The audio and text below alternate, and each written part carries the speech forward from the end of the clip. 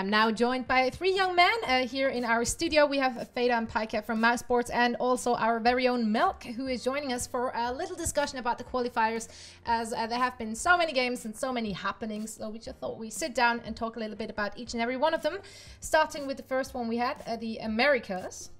In my opinion, it was probably the one where there weren't really big upsets per se, but I don't know, you guys probably have followed most of the qualifiers. What were your thoughts on the Americas? Okay, well, I was at the EU hub at the time, right? So I was casting some of the games. I think that there was not really any big upset. No, I was expecting NAR or Liquid to finish first or second. I mean, I think either one could have honestly finished first or second. You saw it was 3-2 in the end, and I think anything could have happened. So I think it was quite expected. SNA was also top 3, so I think that went as planned. Pretty much. Still think it's somewhat surprising that NAR placed in front of Liquid, because Liquid has put a lot of effort into this qualifier. They boot camped. They've been together for a while, and NAR just came. They formed a month before the qualifiers actually happened. So yeah, that was a bit of a surprise. Tough for Liquid, I would say. Yeah, everyone expected the top 2 to be those 2 teams, but I don't think a lot of them expected NAR to come out on top. I really think, like, I had the fortunate opportunity to play with Korok 2 weeks before the qualifier in a scrim, and he was very underwhelming. So I was like, yeah, that guy doesn't stand a chance. And then watching him play with NAR in the qualifiers was actually, like, his Panda play especially was amazing. One of the games where he took on 4 enemies almost single-handedly and got an ultra kill. So I was especially impressed with Korok. Alright, so I guess there is not too much to say about the Americas. However, in the C qualifier, which happened after the Americas, good. Arrow came first. I think a lot of people expected that to happen. However, the second place, which went to MVP, that came as a surprise to a lot of people. A lot of people wouldn't have actually considered them to be top 3 at all. What were your thoughts on that qualifier? Well, I actually didn't watch that much of those games. I think I was traveling here during that time, and then I mean, I was unable to watch those games. I also think we were practicing during some of those times, like, so I didn't really follow that much. Does he not have interest to you? Is it not that important as watching, for instance, say you weren't in the European qualifier? Would that have mattered more to watch if you were one of the invited teams, do you think? Well, I think that C might be the, I don't know. I think that Arrow team is actually they're relatively strong. They have some good players. I mean, this guy Johnny, for example, he played in Rattlesnake, and I remember playing against him when I was in China. I played against him in C pubs, and this guy was always like a good player. He's not actually the standout player in a lot of people's eyes. No, everyone's talking about DDC, new star in the Asian scene. He really not too confused with DDC. Yeah, so it's the DD Zoro. Yeah, yeah. Well, I also saw some of his plays, and yeah, I think that team seems pretty good, but I don't know much about them, and the C qualifier doesn't interest me, it didn't that much. I had a talk with Blitz from Zephyr Gaming the night before the C qualifiers. He was really nervous. One thing he said was that he felt the C qualifier would be the most intense and difficult one for the teams involved, because everyone could technically win and upset each other. And I do believe some upsets happened in the sense that Scythe and Orange, neither team actually made a big showing of themselves. Yeah, that was kind of strange. Orange disbanded right after, almost, more or less. I mean, the sponsors cut them loose. Yeah. I mean, it is quite upsetting for a team with their support compared to a lot of the other teams. I mean, that MVP Phoenix places in front of them is it is surprising for sure. This Korean scene is really new, and nobody would really expect them to win against like these rather known teams from the C region. So I would say that's the biggest upset in that qualifier, and Arrow was expected for sure. This first place.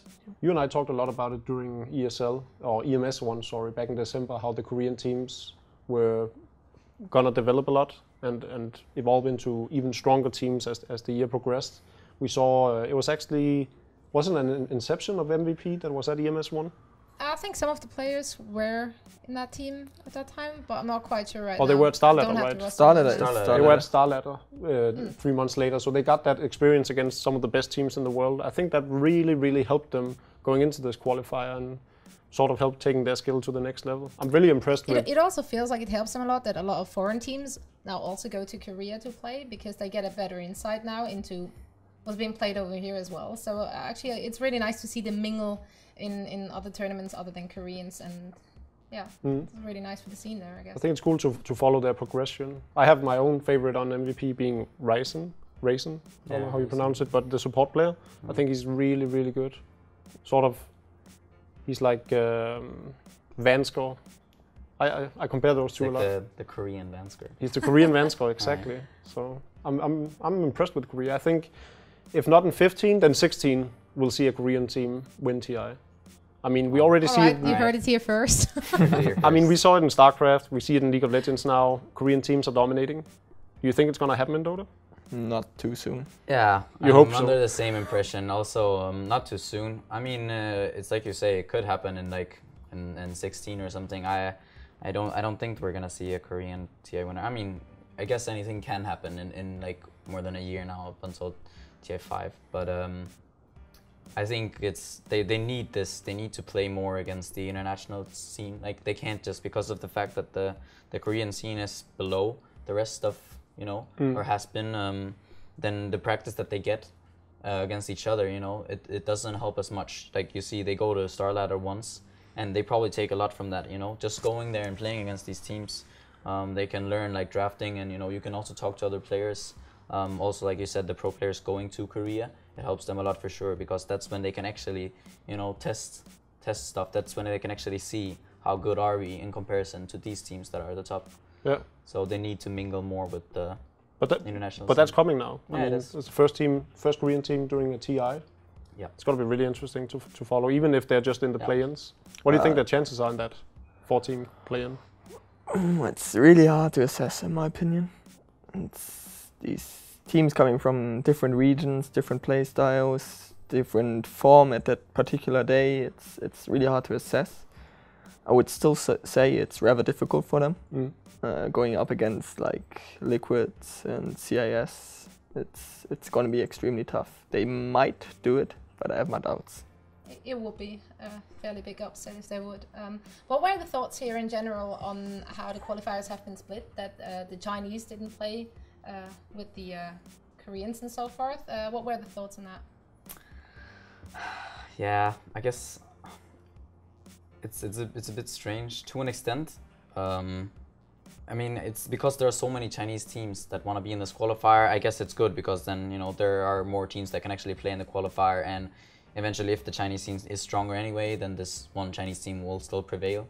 So I think it's in the end it's kind of fine, because I mean the more teams that can actually get to partake in all that is TI on the qualifiers up until that point, I think the better. I mean, by single nationality and sheer population of the country, I think it's fair enough that you give China a spot. They like their own spots, because they are definitely the highest caliber of teams if you look at one single country. Definitely. So I personally think that. Yeah, I'd agree. Right. We saw one thing I want to touch upon is Zephyr in the C qualifier. We actually saw a Western team participating in one of the C qualifiers. They didn't do too well. Oh, where did they end up? 1-7, I think they ended up on, 1-7. Ouch. or something like that. That Oh, hurts. kind of. 1-6, I don't know. This kind of also proves that the Korean scene is still not that strong. Yeah. As they have obviously done quite well there. They won the, how do you call it? Nexus. Nexon sponsorship league. Yeah. NSL. Also against MVP, probably, right? Maybe. I actually don't know if maybe. I think the next you one. might But I think be right. I think they Maybe some different lineup. It was quite a while back. Well, we've seen multiple like squads, like people, even like Demon went there also. He won that thing. Yeah. And then. And Like if they go Demon there. wins, something's up, right? Exactly. Well, I would rather say no, but if Purge he wins. alone, he alone won that thing, whatever, and then they go there and they win it too. And I mean, yeah, the Korean scene is still young, really young in Dota, so they still have a lot to learn. Yeah. So as we were talking about the Chinese, I would say in the Chinese qualifiers there haven't been huge upsets either. I mean, I'm- I don't feel like there has been a big upset. I'm personally very happy to see LGD. I mean, for me, they're just an integral part of TI as I know it now. I was really confused that they haven't been invited. I actually thought LGD is most likely going to be invited. But then, of course, there has been the roster change thing, and also they probably didn't perform as good as we normally saw them performing, like coming into the qualifiers. I think that again goes back to how competitive China actually is. Yeah. Yeah, and I think it's also like you said, they have been switching around a lot of players. I mean, they lost Soe 8. He was their captain and like one of their really one of their main players from LGD. Like he was kind of the essence of LGD or whatever. Yeah. Him and Yao, and then they lost Soe 8, and then they lost Sylar too. I mean, and they've been switching around now with a couple players with like Maybe and Lin, and I don't know, I can't remember all of them, but so. To me, it's actually surprising that well, it's not surprising that Sylar and Soe 8 are the ones to be picked up by other teams, so to speak. But I always felt, especially during TI2, that Yao was really the star of the team. I mean, if you remember his Invoker play during TI2. I remember as well, but and I kind of I thought so to an extent too. But also back then, I remember Soe 8. He played really well in this 3 position that he played. Oh yeah, back the playstyle they had where he would just get 6 on BM or Type yeah, Hunter, exactly, and then he would just protect their carry for all costs. He would, but then after going to China and playing against them a lot and playing with them a lot, to me it's kind of like Soe 8 was and Sylar, they were like they were really important to that team. I think yeah, they were like the biggest. Okay. Biggest reason. You would probably know better than any Westerner, huh? Yeah, maybe. Maybe. Eventually, he might not have played with them. Pajkatt lived in a house. For those who do not know, Pajkatt lived with LGD with China, LGD China, yeah. for a year. For like half a year. Yeah. Half a year? They got kicked out because they were too loud. Oh, okay. This is actually true. Really? Yeah, it is. There was this old man living below us, and then they would always make a lot of noise, and so eventually they had to move to another house. Do you know what they were talking about? Sorry for getting off topic. I'm just That's very. okay. Well, a lot of the time we were actually practicing. Like when we would practice, the Chinese, we would sit like we were sitting 2 meters like Apart. Yeah. And whenever anything happened that favored them, Sylar would instantly go nice, and he would start screaming, which he had picked up, from like others, like this nice, and then soon all the Chinese joined in, so they were sitting there, 5 Chinese guys going nice whenever something happened. And I mean, that might have been one of the things. So you all got back and joined Mousesports and North American Rejects respectively. Oh, and Virtus Pro, of course. Whereas Black actually stayed in China and performed pretty well with CIS. And we're all going to TI again. And now you're all going to TI again. What do you think about Black staying in China as the sole Westerner on the team? Like, for you, maybe, how do they communicate? Who knows? Yeah. Well, I think English. he's picked up on a bit of Chinese. I think that honestly, it's picking up this Chinese, and especially Dota-related things. It's not really that difficult. Okay. Because the Dota language is. There's keywords. There are keywords. Yeah, I mean, no, but that's actually how it works. I think a lot of their things, they would like some easy phrases that you can use. I think there are. I think I've read in the interviews of some of his allied players, they've mentioned that they sometimes stumble upon difficulties because of the lack of the Black's Chinese. But it is possible to communicate with Chinese just in Dota. I still think it's kind of amazing how he's done it, how he does well in that team. Because even if you have these little words that you can use, the Dota terms that everyone understands, it's still you have to, building a team, you kind of have to also be get along socially. Yeah, exactly. And I don't know, like I would have never expected it. No, I think it's surprised they would most of us. Come second in the qualifier. Does that speak to the quality of Black as a player, skill-wise? Is he just that good that, like, for instance, if you send Burning to Europe, you're just gonna crush everything? Maybe I kind of thought about it. Maybe it helps him actually in this way, because he often, when I played with him, he isolated himself. And now he's able to do that without consequences, because it's kind of what he has to do. And yeah, maybe that helps him. Okay. That's it's hard to not get along with people if you don't actually talk Yeah, to each other. exactly. It's really hard to fight that way. It kind of is. You just smile at each other and it's done. Smiling up, smiling up. That's an interesting approach to chemistry. So that brings us now to the very last qualifier, which was the European one, where you guys came first. Of course, once more, congratulations are in order. A lot of people have been very surprised that Roxkiss didn't meet you guys in the final, and for the first 2 games, it also seemed like you guys were surprised and were probably thinking or preparing to actually meet Roxkiss. Was that the case? Or? Certainly. Yeah, certainly. Okay. Yeah, it was like, there's no way Virtus.pro will win against Roxkiss. Roxkiss have shown a much better performance over the last few weeks and months even. Virtus.pro were kind of shaky, didn't really have results, neither in the group stage and not 2 months back or so. And then they just win against Roxkiss and we're there sitting there like, oh. Okay. In Virtus.pro's defense, it's kind of surprising that they've been that bad. Yeah, they have leading up to it, really because high they quality do have players. a very certainly. Yeah, they do. solid roster. No, it was definitely strange. I mean, we had prepared, you know, for Roxkiss. Basically, we were talking about like, yeah, it would be nice if Team Coast could take a game off of Roxkiss in this game leading up to then Roxkiss playing us. But in our minds, Team Coast would already win VP. Yeah. They managed to win Team Coast, and then they managed to win Roxkiss, and then like they come and they face us, and well, I hadn't even thought about, you know, the possibility that we would play VP.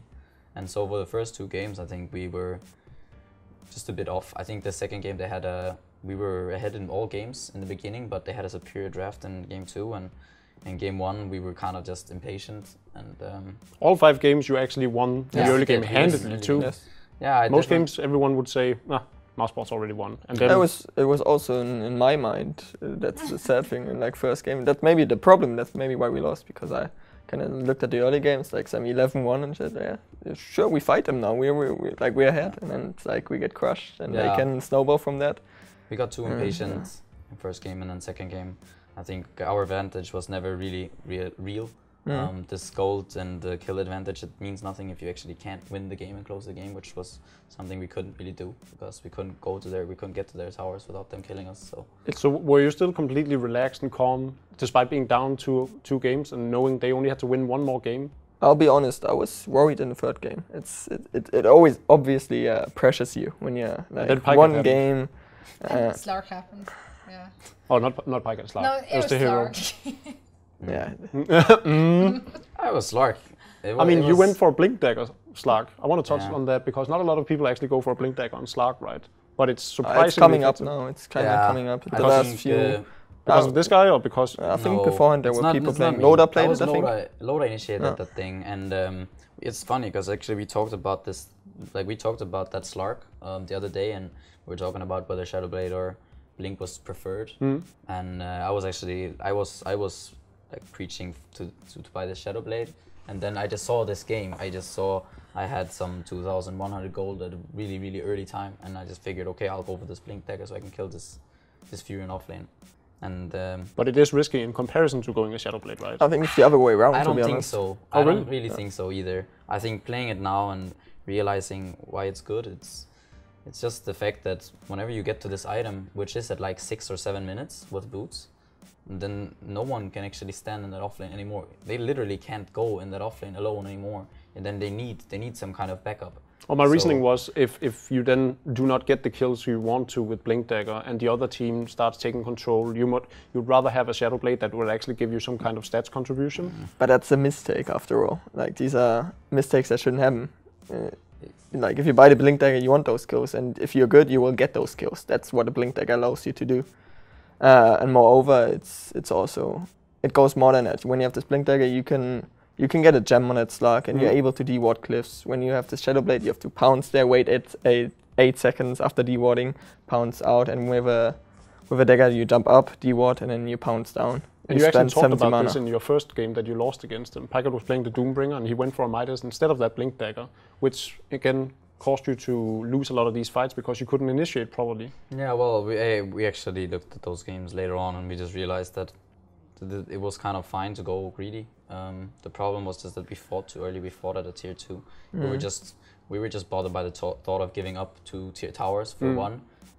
That trade in our mind just, you know, but in reality we were still so far ahead. Even if we give up 2 towers, we just got impatient and we just felt like we have to fight for this tower for no reason. And what happened was the bottom fight where Paz died on the tree and protector, and you still took a fight. And you we just fought for no reason. We had our Midas off cooldown, Devour was off cooldown. We could just keep farming for another 10-15 minutes, and then eventually we would just outscale them by, you know, a landslide, and then the game would be pretty much over. But we were just impatient and cocky, and we got punished for that. Yeah, but you pulled one of the biggest comebacks in the whole qualifiers with that, and that was really, really fun to watch. I mean, all those games were really interesting to watch still, even though by each game, midway through, the whole chat was just calling out for throws all the way, so that was interesting too. But no, I really enjoyed those 2 star games where you outshone everyone, was great. And then the last one, which I think was clearly in your favorite. And what would you have thought if you wouldn't have won?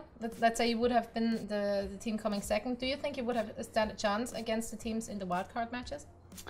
Well, I think I'm really happy that we actually managed to.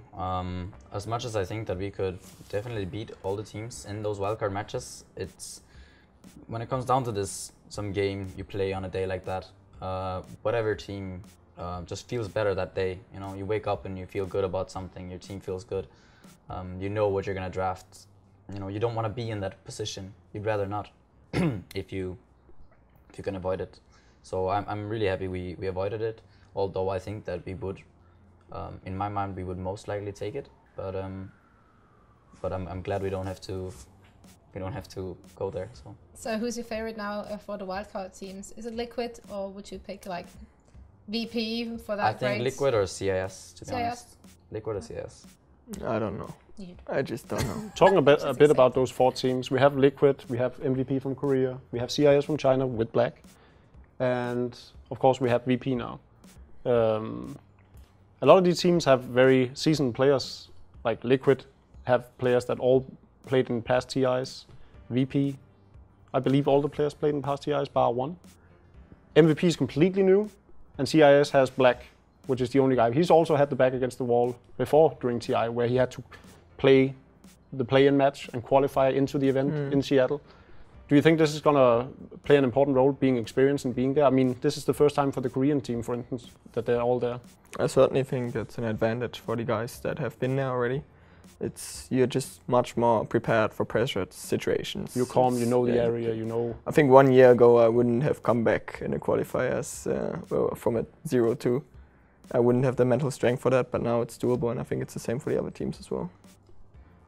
Yeah, I think it can be good, but I think it can also go both ways, honestly.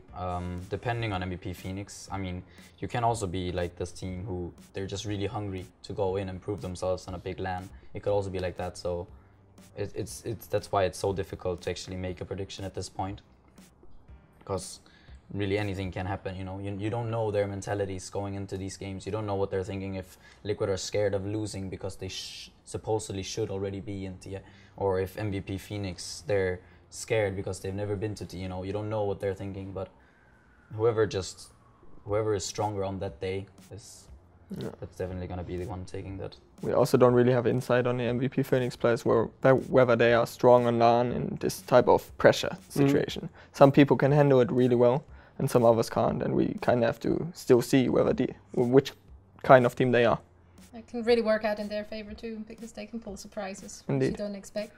Now, if we look at the teams which are already invited and the ones who came through, where do you see Mousesports there? Do you think you're gonna do well? I mean, I know it's an odd question to ask. Obviously, you have to think that you're doing well and you have the ability to do well. But realistically, where would you place yourself after looking at the recent matches and teams?